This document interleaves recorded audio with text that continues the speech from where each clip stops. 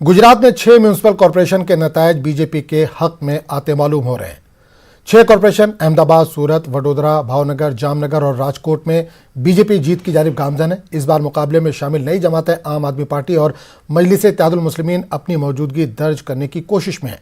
सूरत में आम आदमी पार्टी ने वार्ड नंबर 16 की 4 और वार्ड नंबर 4 की चारों सीटों पर जीत दर्ज की है। सूरत म्यूनिसिपल कॉर्पोरेशन पर 1990 से बीजेपी का गलबा है। जराये के मुताबिक अहमदाबाद म्यूनिसिपल की 4 सीटों पर एमआईएम के उम्मीदवार सबकत बनाए हुए हैं।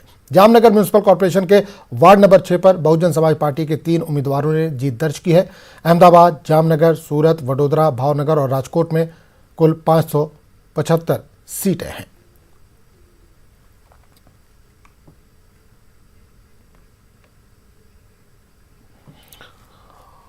और इस पूरे मामले पर बात करने के लिए हम सीधे रुक करेंगे अपने नुमाइंदे प्रणव और मयूर। हमारे साथ दोनों नुमाइंदे जुड़े हैं। प्रणव, सबसे पहले आपसे जानना चाहेंगे, 6 म्यूनिसिपल के लिए चुनाव हुए, आज वोटों की गिनती चल रही है, क्या ताज़ा स्थिति है, क्या ताज़ा सूरत हाल है इस वक्त?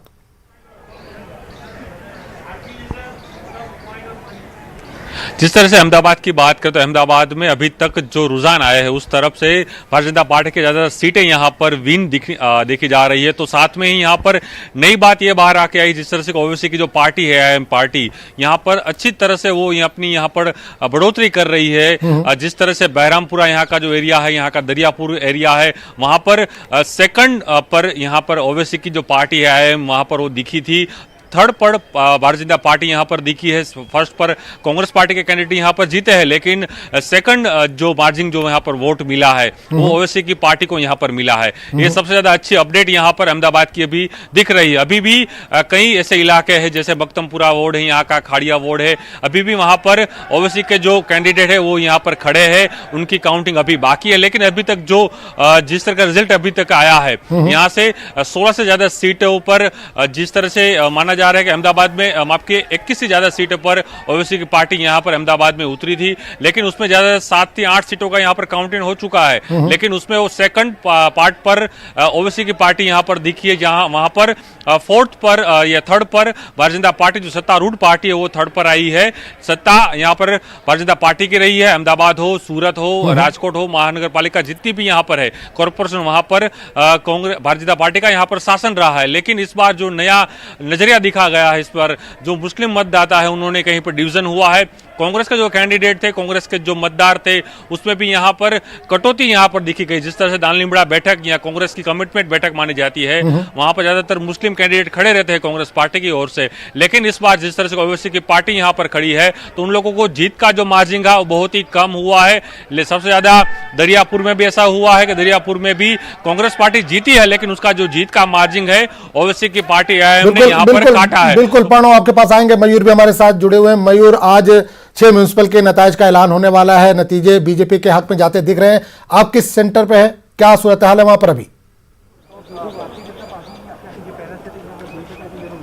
जी बिल्कुल, आपको बता दूं कि 6 नगर निगम के चुनाव थे और 6 नगर निगम में जो सत्ताधारी पार्टी बीजेपी है उसकी ही सत्ता थी और फिर से बीजेपी ही दिख रही है। अभी शुरुआत के जो रुझान आ रहे हैं उसमें बीजेपी आगे चल रही है। अहमदाबाद हो, सूरत हो, बड़ौदा हो, भावनगर हो, जामनगर हो या राजकोट हो, सभी जगह अभी बीजेपी ने बढ़त बना ली है और अभी काफी आगे बीजेपी चल रही है।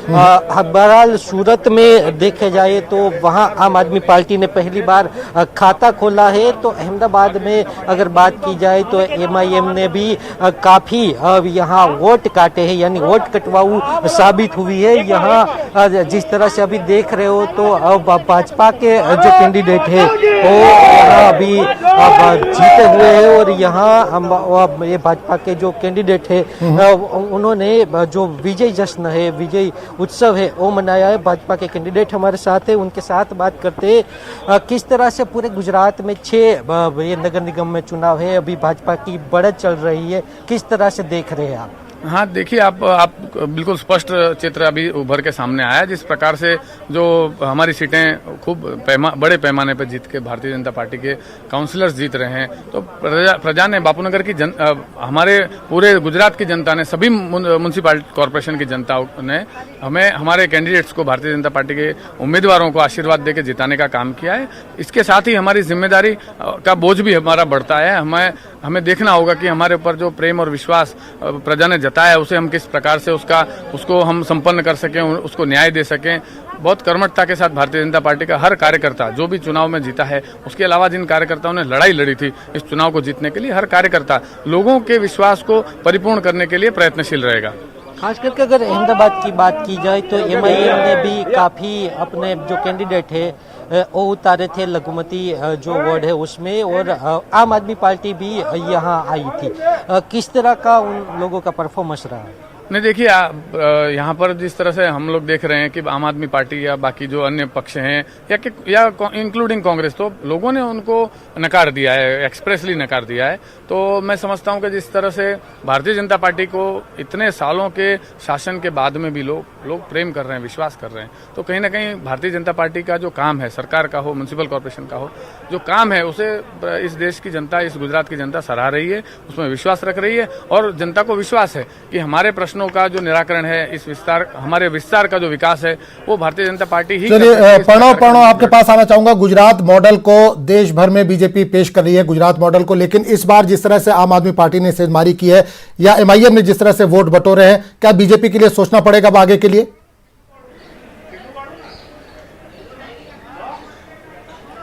जी, माना जा सकता है, क्योंकि यहाँ पर आज के दिन की बात करें, आज के दिन भी खुद गृह मंत्री अमित शाह आज गुजरात के दौरे पर है।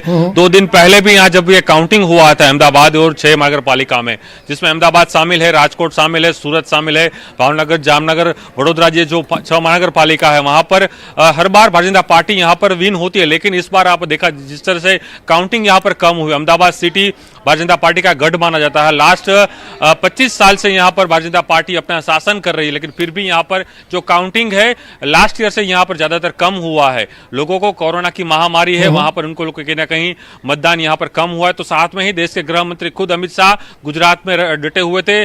5 से 6 कलाक तक ये गुजरात में वो रहे थे, अहमदाबाद में यहाँ पर रहे थे, और पूरी जिस तरह से बात करें उन्होंने पूरे कार्यक्रम किस तरह का यहाँ रहा था, काउंटिंग का, वोटिंग का, वो सब यहाँ पर उन्होंने जायजा लिया था। तो उसी तरह आज भी यहाँ पर वो खुद यहाँ पर गुजरात के दौरे पर है और पूरी नजर रख रहे हैं कि किस तरह का ये है रुझान आ रहा है, किस तरह का रिजल्ट आ रहा है। लेकिन जिस तरह से माना जाए कि जो सीटें यहाँ पर भारतीय जनता पार्टी अपने आप मान रही थी कि हम इतनी सीटों जीतेंगे, लेकिन यहाँ पर उनका टारगेट कहीं पर कम हो रहा है। जो सीटें जीत रहे हैं उनका भी जो मार्जिन है वो बहुत ही कम दिख रहा है यहाँ पर अहमदाबाद में, और साथ में अलग जो सिटी है वहां पर भी। जिस तरह आपने कहा कि सूरत में भी ऐसा हुआ है कि आम आदमी पार्टी यहाँ पर सक्रिय हुई। आम आदमी पार्टी 2 वार्ड यानी माने 8 बैठकों ऊपर आम आदमी पार्टी ने यहाँ पर अपनी ओपनिंग की है। तो माना जा सकता है कांग्रेस पार्टी के लिए सबसे बड़ी चैलेंज है, तो साथ में भारतीय जनता पार्टी के लिए भी सबसे बड़ा चैलेंज इसलिए यहाँ पर है क्योंकि इनका वो गढ़ था, गढ़ में कहीं तीसरी पार्टी है वो यहाँ पर एंटर हो रही है, और वो अपनी यहाँ पर पैर है वो यहाँ पर डाल दिया है, ऐसा ये स्पष्ट दिख रहा है। और माना भी जा रहा है कि आम आदमी पार्टी जिस तरह सक्रिय हुई है, तो आने वाले जो विधानसभा चुनाव है वो 2022 आने वाले साल में ही यहाँ पर होने वाले हैं, तो उनसे पहले कांग्रेस पार्टी को सबसे बड़ा लेसन भी मिलेगा और भारतीय जनता पार्टी को भी जो सत्ता में उनको भी सबसे बड़ा लेसन यहाँ पर मिलेगा इस चुनाव में। बिल्कुल मयूर, एक चीज जानना चाहेंगे कि पीएम और केजरीवाल में हमने देखा शुरू से नोकझोंक होती रही है। पीएम के अगेंस्ट वो वाराणसी से भी चुनाव लड़ चुके हैं, अब गुजरात में उन्होंने अपने उम्मीदवार उतारे हैं। आने वाले असेंबली में क्या बीजेपी के लिए मुश्किलात आ सकती हैं?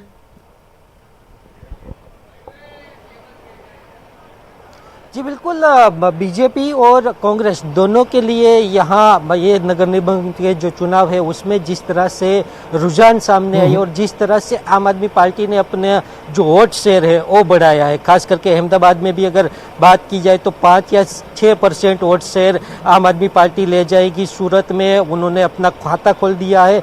दूसरी तरफ कांग्रेस के लिए भी बड़ी दिक्कत ये है कि क्योंकि तीसरा विकल्प जो है गुजरात में अभी सामने आ रहा रहा है और उभरता आ रहा है और वो आम आदमी पार्टी है। यानी जो बीजेपी से नाराज वोटर है वो आम आदमी की तरफ अभी फिसलता जा रहा है और कांग्रेस की तरफ नहीं जा रहा है। दूसरी तरफ अगर बात की जाए तो अब कांग्रेस के जो अहमदाबाद की बात की जाए तो अब काफ़ी सीटें अभी कम आई है, वोट शेयर है उसमें भी काफ़ी कम हुआ है और जो एमआईएम है उसका भी वोट शेयर है वो अहमदाबाद और बड़ौदा में काफ़ी बड़ा है। तो ये सब बातें हैं वो कांग्रेस और भाजपा दोनों को ध्यान में रखनी होगी और खास करके जो असेंबली के जो चुनाव आ रहे हैं क्योंकि ये सेमीफाइनल माना जा रहा था 2015 की अगर बात की जाए तो तब भी पाटीदार अनामत आंदोलन जो चला था उसके बाद जो बीजेपी है तो नगर निगम में तो उनकी जो सरकार है वो बन गई थी, उनका बोर्ड बन गया था, लेकिन जो डिस्ट्रिक्ट पंचायत की जो चुनाव थे उसमें वो हार गई थी और उसके बाद 2017 में जो नतीजे आए यानी काफी कम बहुमति से भाजपा की सरकार बनी थी। तो उसी तरह अब आम आदमी पार्टी यहाँ एंट्री ले सकती है 2022 में और उनके लिए जो जमीन तैयार है वो तैयार कर दी है आम आदमी पार्टी के कैंडिडेट ने, आम आदमी पार्टी ने। अब देखना यह है कि आम आदमी पार्टी अब किस तरह से ये जो जमीन तैयार की गई है उसका फायदा ले सकती है और अरविंद केजरीवाल गुजरात में जो असेंबली के चुनाव है उसकी किस तरह से तैयारी कर सकते हैं।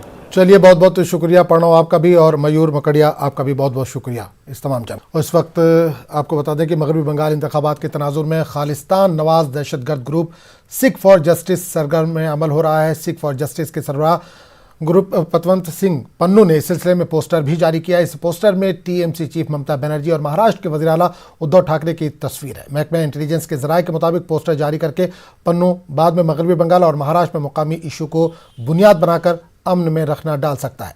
दारुल हुकूमत दिल्ली में भी 26 जनवरी को इसी तंजीम की जानिब से अफवाहें फैलाई गई थी। पंजाब, हरियाणा, दिल्ली के बाद इस तंजीम की नज़र मगरबी बंगाल और महाराष्ट्र पर है।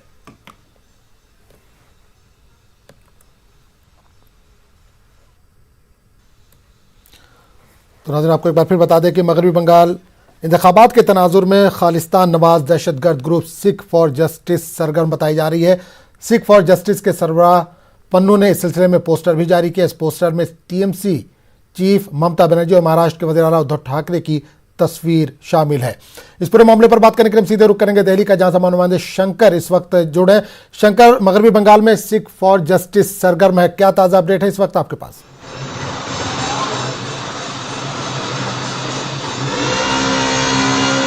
देखिए, सिख फॉर जस्टिस संस्था जो है जो खालिस्तानी समर्थक संस्था है और ये जिस तरह से अब पश्चिम बंगाल में चुनाव के मद्देनज़र जिस तरह से एक्टिव होने का प्रयास कर रही है, ये मामला काफ़ी संगीन है और लिहाजा इस मामले की गंभीरता को देखते हुए कई जो खुफिया एजेंसियां और केंद्रीय जांच एजेंसियां जो हैं ये सतर्क हो चुकी है। क्योंकि ये जिस तरह से बाकायदा अगर देखा जाए पंजाब में जिस तरह से सिख फॉर जस्टिस वहाँ पे एक्टिव हुई थी, उसके बाद उसका असर हरियाणा में देखने को मिला था और उसके बाद जिस तरह से 15 अगस्त और 26 जनवरी के मद्देनज़र जिस तरह से राजधानी दिल्ली में इसका असर देखने को मिला, लिहाजा इसी बात को ध्यान में रखते हुए अब केंद्रीय जांच एजेंसियां जो है सतर्क हो गई है।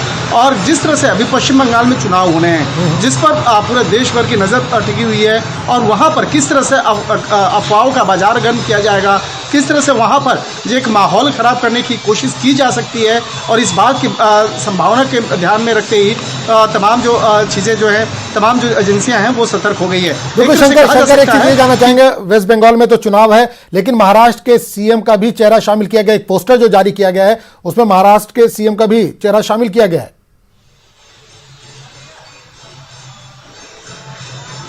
देखिए, हम इन दोनों तस्वीर को अगर शामिल किए जाने की अगर चर्चा हो तो जिस तरह से बाकायदा इसमें तमाम जो एक्सपर्ट बताते हैं कि चाहे उद्धव ठाकरे की बात कर लें या ममता बनर्जी की बात कर लें, ये दोनों जो ऐसे राजनेता हैं जो लगातार प्रधानमंत्री नरेंद्र मोदी के खिलाफ जो है अक्सर बोलते रहते हैं या अपनी राजनीति करते हैं। तो इसी बात को ध्यान में रखकर हो सकता है कि उस पोस्टर में जो सिख फॉर जस्टिस का जो पोस्टर है उस पोस्टर में इन दोनों चेहरों को शामिल किया गया है। जिस तरह से अगर महाराष्ट्र की अगर बात करें तो वहाँ पर भी जो जिस तरह से राजनीति भी फिलहाल जिस हालात में चल रही है, लिहाजा यहाँ पर उद्धव ठाकरे को वहाँ पर शामिल किया गया है। तो इसके साथ ही पश्चिम बंगाल में ममता बनर्जी को शामिल किया गया है। ये मामला जो है अब जिस तरह से बाकायदा पश्चिम बंगाल में पहली बार ऐसा देखने को मिल रहा है कि सिख फॉर जस्टिस नाम की जो संस्था है वो वहाँ पर एक्टिव होने का प्रयास कर रही है। इससे पहले वहाँ पर कभी भी ऐसा देखने को नहीं मिलता था, लेकिन जिस तरह से अभी 26 जनवरी के मद्देनज़र और जिस तरह से किसान आंदोलन के मद्देनज़र ये सिख फॉर जस्टिस संस्था जो है यहाँ पे एक्टिव हुई और उसके बाद अब पश्चिम बंगाल में अपना पाँव पसारने की कोशिश कर रही है, तो ये मामला काफ़ी संगीन है। और इस मामले की नज़ाकत को देखते हुए इन तमाम जो सुरक्षा व्यवस्था के साथ साथ जो पश्चिम बंगाल की जो पुलिस व्यवस्था है, वहाँ की जो खुफिया एजेंसियाँ हैं, वो भी इस मामले को लेकर काफ़ी अब गंभीरता से सोच रही है कि किस तरह से वहाँ पर खबरों का बाजार जो है वो गर्म किया जा सकता है, या पश्चिम बंगाल के अंदर में जिस तरह से राजनीतिक हालात बन रहे हैं तो वहाँ पर किस तरह से राजनीतिक हालात का फ़ायदा उठाते हुए सिख फॉर जस्टिस जो है वहाँ पर किसी भी अपने सोच को इम्प्लीमेंट कर सकती है। लिहाजा ये मामला काफ़ी संगीन है और इस मामले की गंभीरता को देखते हुए तमाम जो दिल्ली का जो राजनीतिक गलियारा है वहाँ पर भी चर्चा है और इसके साथ ही जो खुफिया और जाँच एजेंसियाँ हैं यहाँ पर भी इस मामले को लेकर काफ़ी चर्चा है। चलिए, बहुत बहुत शुक्रिया शंकर इस तमाम जानकारी के लिए। तो इस वक्त एक बड़ी खबर आ रही है राजस्थान से। राजस्थान के अलवर से ये खबर है, रकबर हुजूमी तशद्दुद मामले से जुड़ी। हाईकोर्ट ने फैसला देने पर रोक लगा दी है। एडीजी कोर्ट को दी हिदायत, मामले में हतमी फैसला ना सुनाया जाए। रकबर की बेवा अस्मिना की अर्जी पर यह हिदायत दी गई है। पुलिस ने चार्जशीट में सुरेश और नवल को नहीं माना था मुलजिम, जिसके खिलाफ अस्मिना ने ट्रायल कोर्ट में दी थी दरख्वास्त। तो इस वक्त बड़ी खबर आ रही है राजस्थान के अलवर से। रकबर हुजूमी तशद्दुद मामले में हाईकोर्ट ने फैसला देने पर रोक लगा दी है। कोर्ट को हिदायत दी है एडीजी ने मामले में हतमी फैसला ना सुनाया जाए। रकबर की बेवा अस्मिना की अर्जी पर यह हिदायत दी गई है। पुलिस ने चार्जशीट में सुरेश और नवल को नहीं माना था मुलजिम, जिसके खिलाफ अस्मिना ने ट्रायल कोर्ट में दी थी दरख्वास्त। और इस पूरे मामले पर बात करने के लिए हम सीधे रुख करेंगे जयपुर का, जहां हमारे नुमाइंदे अरबाज इस वक्त जुड़े हैं। अरबाज, रकबर मामले में एक बड़ा फैसला हाईकोर्ट का आया है, क्या तफसील है आपके पास? एक बड़ा मामला है। आप जिस तरीके से इस फैसले को देखेंगे, क्योंकि पहले जब जो सुरेश और नवल को जिस तरीके से बताया गया था कि आरोपी ही नहीं है, तो उस पर काफी ऐतराज दर्ज कराया था। और जो आसमीना है, जो रकबर की बेवा है, वो लगातार इस मामले के लिए इंसाफ की लड़ाई लड़ रही हैं।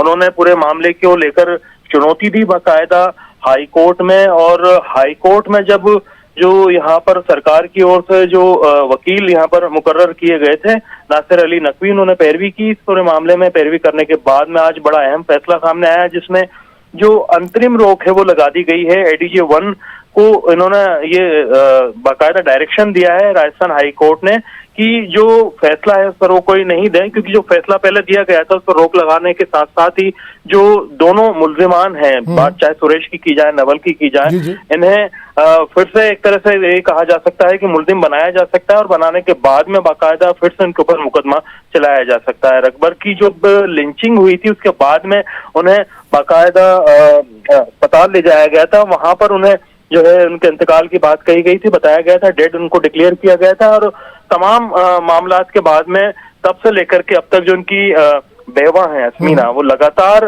कानूनी लड़ाई लड़ रही हैं और पूरी कोशिश ये कर रही हैं कि जो उन्हें इंसाफ है वो मिल सके। वो जो एक बड़ा फैसला राजस्थान हाई कोर्ट से आया है, इसके बाद में और जो तमाम लोग हैं जिनमें मुल्जिम उनको बनाया गया था, उनके ऊपर भी एक तरह से सख्त कार्रवाई के लिए इन्होंने मांग की थी। और जो 2 लोग थे जिन्हें बाकायदा मुल्जिम होने के उससे बाहर कर दिया था जब एडीजे 1 ने, तो वो अब रोक लग चुकी है फैसले पर, उन पर फिर से मुकदमा चलेगा। चलिए, बहुत बहुत शुक्रिया इस तमाम जानकारी के लिए।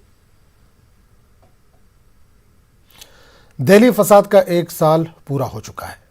23 फरवरी से 27 फरवरी 2020 तक शुमाल मशरक़ी दिल्ली में तशद्दुद बरपा हुआ था, जिसमें 53 अफराद हलाक हुए थे, 1811 लोग जख्मी हुए थे। इस पूरे 1 साल में दिल्ली पुलिस की 3 SIT जांच करती रही, जबकि स्पेशल सेल की एक टीम दिल्ली फसाद की साजिश की जांच अलग से कर रही है। जांच के तहत 755 केस दर्ज किए जा चुके हैं, 349 मामलों में चार्जशीट दाखिल की गई है।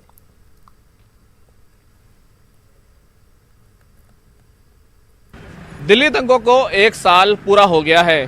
तमाम तरह की FIR दर्ज हुई, बहुत सारे लोग गिरफ्तार हुए, 53 लोगों की मौत हुई और लगातार प्रोसेस चलता रहा है। लेकिन सवाल ये है, क्या दिल्ली दंगों के जो मुतासिरीन हैं, जिन लोगों ने अपनों को खोया, जिनकी दुकानें जली, जिनके घर जले, उनको कितना इंसाफ मिला, उनके जख्मों पर कितना मरहम लगा? ऐसे ही कुछ मुतासिरीन, कुछ प्रभावित लोग हमारे साथ मौजूद हैं।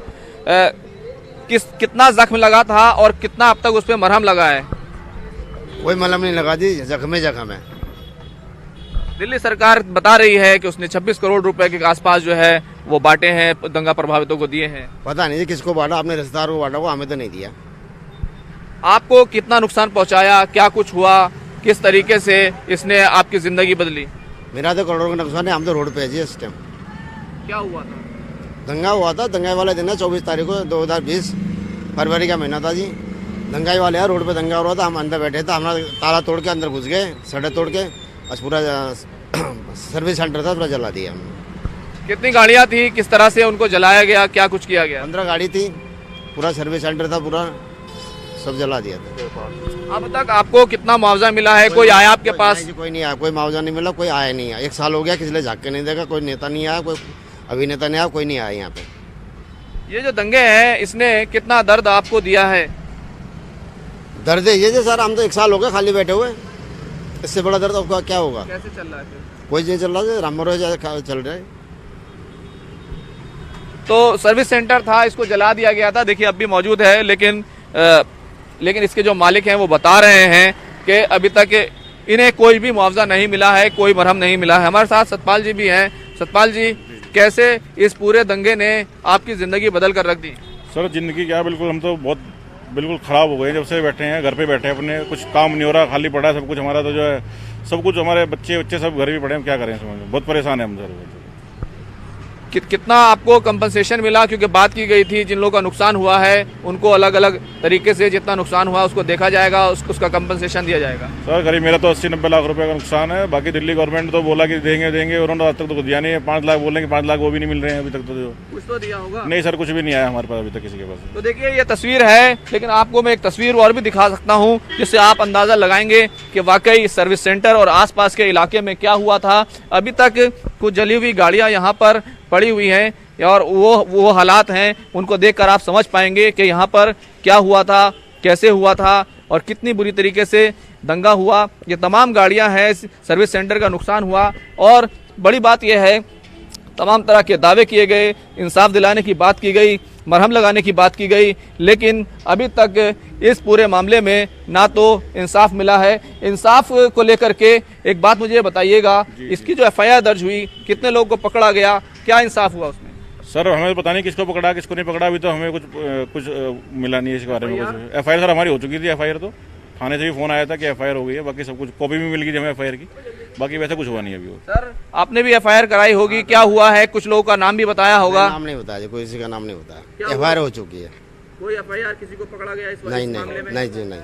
तो देखिए ये जमीनी हालात हैं जिससे पता चलता है कि किस तरीके से दंगे हुए और दंगों के 1 साल बीत जाने के बाद भी आज जो दंगा प्रभावित हैं, दंगा मुतासिरीन हैं, वो न सिर्फ मरहम का इंतजार कर रहे हैं बल्कि इंसाफ का भी इंतजार कर रहे हैं। कैमरामैन दीपक विश्व के साथ खुर्रम शहजाद, न्यूज़ 18 दिल्ली। एक जीनियस की पहचान छोटी उम्र से ही हो जाती है। इन्होंने अपना कमाल छोटी उम्र से ही दिखाना शुरू कर दिया। नेटवर्क 18 की इस खास पहल में ऐसे ही कुछ जीनियस से आपको रूबरू कराएंगे। बायजूस यंग जीनियस में पिछले हफ्ते आप मिले 6 साल के ऋषि से, जिसका IQ 180 है, और भारत के सबसे कम उम्र के नेशनल शूटिंग चैंपियन अभिनव से इनका जोश बढ़ाया सरदार सिंह और गगन नारंग ने। आइए देखते हैं इसी की एक झलक।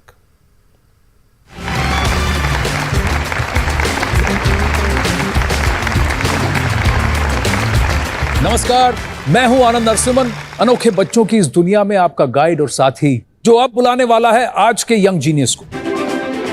My name is Rishi Shivpri. I live in Bangalore. I am 6 years old. You develop apps. You know science and technology. Why are these vitamins so important? They help in healthy body function. What does vitamin A do? Vitamin A helps you get better eyesight. जब वो 3 साल का था तो उसका interest toward science, technology, universe, cloud, we were more surprised to understand, like how he is getting into all these interests. जी. And he used to narrate also. मैं आपसे एक सवाल पूछता हूँ, क्या आप बता सकते हैं कि सृष्टि में कितने तरह के ग्रीन कलर हैं? 4-5 तरह के। 4-5? हाँ। 10? How many shades of green are there in nature? 255. हमारे आज के दूसरे यंग जीनियस से जब कोई पूछता है कि वो जीनियस क्यों है, तो वो सीधा गोली चला देते हैं। मेरा नाम है अभिनव शाह, मैं आसनसोल वेस्ट बंगाल से हूँ। मैं 12 साल का हूँ और मैं 10 मीटर एयर राइफल में यंगेस्ट गोल्ड मेडलिस्ट हूँ। जब स्टार्ट करते हैं तो पिस्टल आपका काफ़ी एक्सपेंसिव रहता है? पिस्टल ज़्यादा एक्सपेंसिव नहीं रहता है, पर राइफल बहुत एक्सपेंसिव रहता है। अच्छा, तो अभिनव, जब भी राइफल की ज़रूरत हो, I am just a phone call away, I will get you a new rifle.